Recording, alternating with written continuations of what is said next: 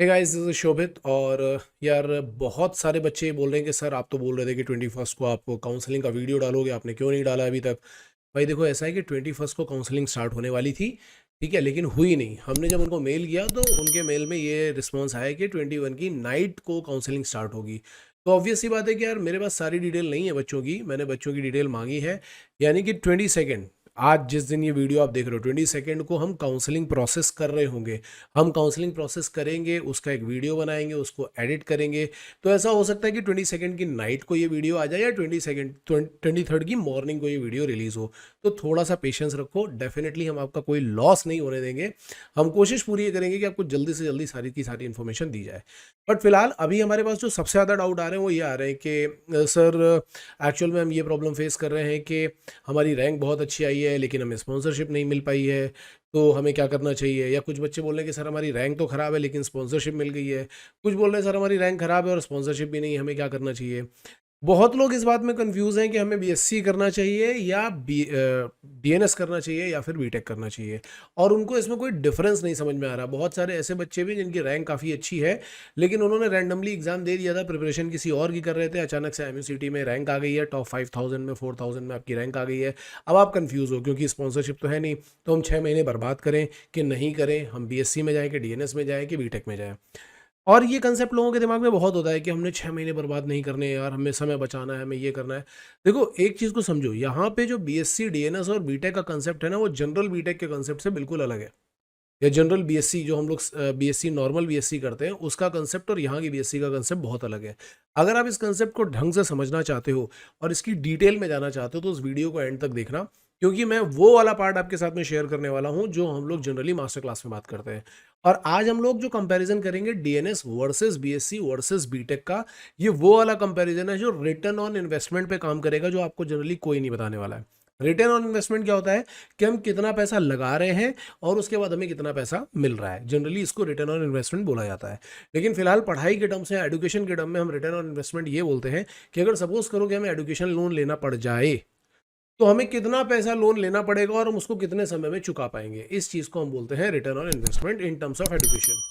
तो पहले इस कंसेप्ट को समझ लो अच्छी तरीके से कि बीएससी और डीएनएस और बीटेक में क्या डिफरेंस है, और बहुत ध्यान से समझना। नहीं समझना हो तो यहीं छोड़ दो, और अगर समझना है तो ध्यान से समझना, क्योंकि ये आपका बहुत सारा समय और पैसा बचा सकता है। ठीक है, ये 10 मिनट, आगे वाले 10 मिनट आपका बहुत सारा पैसा और समय बचा सकते हैं। लगभग सभी लोगों को पता होगा कि हमारे पास जो मर्चेंट नेवी वाली फील्ड है, इस फील्ड में क्या होता है कि 3 कोर्सेज हैं, बीएससी है, डीएनएस है और बीटेक है। ठीक है, अब बीएससी में क्या होता है, इनका क्वालिफिकेशन तो सबको पता ही है, सारी चीज़ें पता है। जनरली 2 साइड होती हैं शिप पे, एक होता है डेक साइड और एक होता है इंजन साइड। डेक साइड के जो कोर्सेज होते हैं, या डेक साइड पे आपको अगर जाना होगा तो आप एक तो जा सकते हो बीएससी नॉटिकल साइंस के थ्रू, दूसरा आप डीएनएस का कोर्स कर सकते हो, that is leading to BSc, इसके थ्रू जा सकते हो। तीसरी चीज़ है बीटेक। बीटेक जो होता है वो इंजन साइड पे जाने के लिए होता है, मतलब इंजीनियर्स के लिए होता है। ये आपको पता होगा, बेसिक नॉलेज है, सबको पता है। अब बात ये करते हैं कि बीएससी के कोर्स का ड्यूरेशन कितना होता है। देखो, बीएससी के कोर्स का जो ड्यूरेशन होता है वो 3 साल का होता है करीब करीब, और 12 महीने की इसके बाद ऑन बोर्ड ट्रेनिंग होती है। इस बात को ध्यान से समझना कि आपने 3 साल का बीएससी किया और उसके बाद आपको 12 महीने ऑन बोर्ड ट्रेनिंग करनी पड़ती है। और इसकी जो फीस होती है वो करीब 13 से 20 लाख होती है। किसी गवर्नमेंट कॉलेज में 10 लाख भी हो सकती है, इतनी फीस इसकी होती है। लेकिन बात यह है कि हमें गवर्नमेंट कॉलेज में जाना चाहिए या हमें प्राइवेट कॉलेज में जाना चाहिए, इसके ऊपर मैं एक सेपरेट वीडियो बनाऊंगा जो आज ही रिलीज हो जाएगा रात तक। और वो क्योंकि इससे कनेक्टेड है इसलिए आज रात तक रिलीज हो जाएगा। ठीक है, उसको ध्यान से देखना, उसको भी ध्यान से देखना। बट अभी फिलहाल यहाँ आते हैं। तो बीएससी नॉटिकल साइंस है, 3 साल का कोर्स है। मान लेते हैं कि 13 से 20 लाख की फीस है। तोलानी में जाओगे तो डेफिनेटली 20 लाख ही पे करने पड़ेंगे, उससे ज़्यादा ही करने पड़ सकते हैं, कम नहीं है। बाकी किसी कॉलेज में जाओगे तो कम फीस पे करनी पड़ेगी। तो हमने मान लिया कि तोलानी में गए, और तोलानी में इसलिए बोल रहा हूँ क्योंकि Tolani is one of the best colleges जिसमें 100% प्लेसमेंट है बीएससी के लिए। वो बोलते नहीं है लेकिन है। मैंने बच्चों के साथ में इंटरव्यू डाला है, अगर आप देखना चाहोगे तो तोलानी वाले व्लॉग में देख लेना। ठीक है, तो मान लिया आपने 20 लाख रुपए दिए। अब जब आपने 20 लाख रुपए दे दिए हैं, आपने 3 साल बीएससी किया, फिर उसके बाद जब आपकी 12 महीने की ऑन बोर्ड ट्रेनिंग है तो यहाँ पे आपको स्टाइपेंड मिलेगा, और बीएससी का स्टाइपेंड काफ़ी अच्छा होता है। इस चीज़ को बहुत कैलकुलेशन के साथ करना। तो जब आप करोगे तो स्टाइपेंड में आपको करीब 50,000 मान के चलते हैं कि आपको वापस मिलेगा। तो अगर आपने 1 साल भी काम किया, एक 50,000 एक अच्छा अमाउंट है। तोलानी में जो कंपनी आती है वहाँ पे मिल जाता है स्टाइपेंड पे। तो आपने करीब 6 लाख रुपए वापस ले लिए, मतलब आपने 20 लाख रुपए लगाए और 6 लाख रुपए वापस ले लिए, मतलब 14 लाख रुपए का आपको ये पड़ा। इसके बाद आपको 4 महीने का एक और कोर्स होगा जो सेकंड मेट का एग्जाम होगा, सीओसी के लिए होता है, वो आपको करना पड़ेगा। तो वो एग्जाम दोगे तो उसमें आपका करीब 1 लाख रुपए लग जाएगा, ऐसा मान के चलते हैं। तो बेसिकली 15 लाख पड़ गया। ठीक है, अगर कोई अच्छा कॉलेज है जहाँ पे आप 13 लाख रुपए फीस दे रहे हो सकता है वहाँ स्टाइपेंड थोड़ा बहुत कम हो, लेकिन मोर और लेस आप इस तरीके से कैलकुलेशन कर सकते हो। तो हम मैक्सिमम फीस की बात कर रहे हैं, मैक्सिमम फीस की बात। तो अब आपका 15 लाख रुपए का आपको क्या पड़ गया, बीएससी। ज्यादा मानोगे तो 16 लाख रुपए का पड़ गया। ठीक है, अब हम ये देखते हैं कि जब हमें 16 लाख रुपए का बीएससी पड़ गया, उसके बाद जब हम जॉब में जाएंगे तो जॉब में जाने के बाद होगा क्या। जॉब में जाने के बाद आपको जॉब जो मिलेगी थर्ड मेट, कम से कम 2 लाख रुपए की सैलरी के एवरेज मान के चलते कि मिलेगी। तो अगर आपने एक साल में 8 महीने के लिए भी सेल की तो 8 महीने में आप 16 लाख रुपए आराम से कमा सकते हो।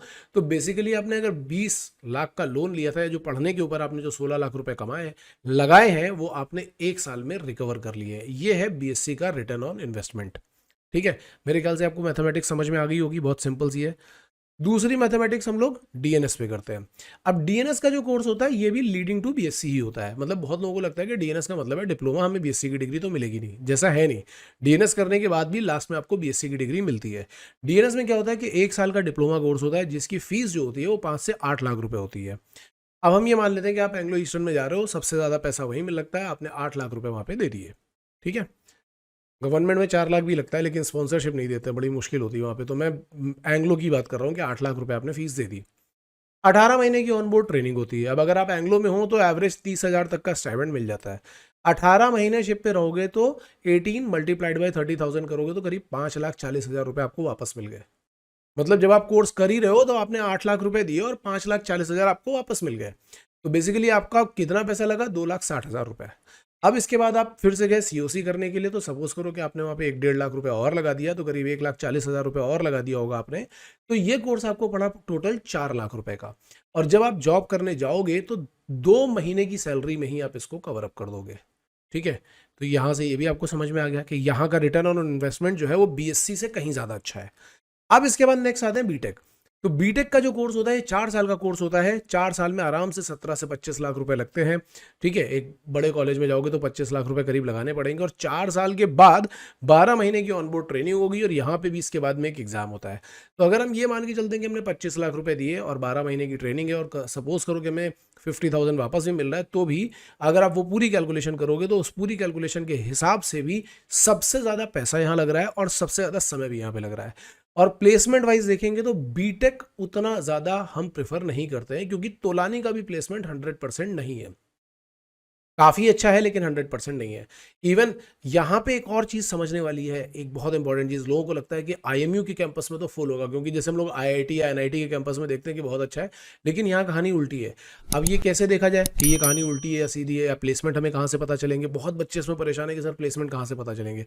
अगेन आई बटन में जाना और मैं वहाँ पर एक लिंक डाल दूंगा जो मैंने पिछले साल बनाया था कि प्लेसमेंट कैसे चेक किया जाए।